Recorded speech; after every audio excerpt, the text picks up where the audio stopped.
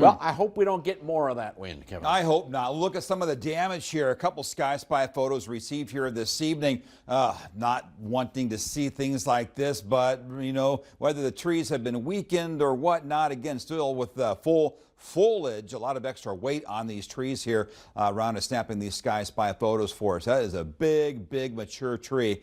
Unfortunate to see that come down. Our temperatures, well, the wind has come down, but so have our temps here quite a bit. Hettinger at 48 degrees, Dickinson 49, 48 in Williston, 50 in Minot, Bismarck at 51. We're on our way into the 40s for most areas here for tonight. We're going to be frost free, but can't say the same for tomorrow night. That's when we have a high likelihood of seeing some pockets in the 20s here, 30s elsewhere. But the wind has really subsided a lot. Still breezy, but again, northwest winds around 10 to 20 miles per hour. Returning tomorrow during the day between about 15 and 30 miles per hour, and then backing off tomorrow night. And with the high pressure overhead, clear skies, not much wind, we're looking at 20s, a good possibility in pockets here anywhere over eastern Montana, which they don't issue freeze watches, but western North Dakota here, the probability does exist. Even Minot, even though Ward County is not technically in that freeze watch right now, nor is Burley County. We'll be watching this closely.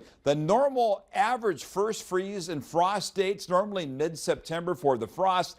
Freeze, a hard freeze where we're below freezing for a few hours at least. That's not until later in the month by about another week or so. So no matter what, it's coming early if we do have that and indeed develop here for tomorrow night into Saturday. Meanwhile, we do have a mix of clouds still continuing. A few pockets of clearing skies. We had a good view of the moon from Bismarck at least earlier, and now the clouds may increase again for a spell as that low pressure continues moving in toward the western Great Lakes, but at least it's taking with it that very tight pressure gradient, so a lot less wind as high pressure noses into the area here as we get into tomorrow afternoon. That means conditions are going to improve with respect to the wind, but again, maybe bring some freezing conditions. Meanwhile, we are looking at that chance for a partly cloudy sky remaining overnight. 40s, maybe a few 30s, southwest North Dakota. 50s, that's it for highs, well below the norm. Typically, we would have highs in the mid to upper 70s, and instead we'll be in the 50s. We're back in the 70s or 80 next week, but certainly not tomorrow. Again, high pressure moving through. That means areas of frost, maybe a hard freeze, and then sunshine near 60 Saturday afternoon. As we get into Sunday, again, after the morning period of a possible frost, we're back to maybe for some near 70 degrees. Tonight, though, overnight, we're looking at, again, near 40-degree temperatures. Highs will be in the 50s. A chilly day, but again, notice we're not going to have the wind that we certainly have had here for today. Hettinger, 28 degrees for early Saturday morning, 37 in Bismarck. Here we go. Tonight, overnight lows near 40 degrees. Highs only in the 50s. Northwest winds of 15 to 30 miles per hour. 39 in Bowman.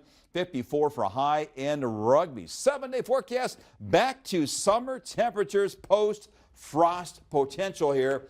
Look at that, near 70 on Sunday, sunshine galore. Quite a bit of sun next week as we climb closer to 80 degrees. All right, summer's going to return. It certainly will.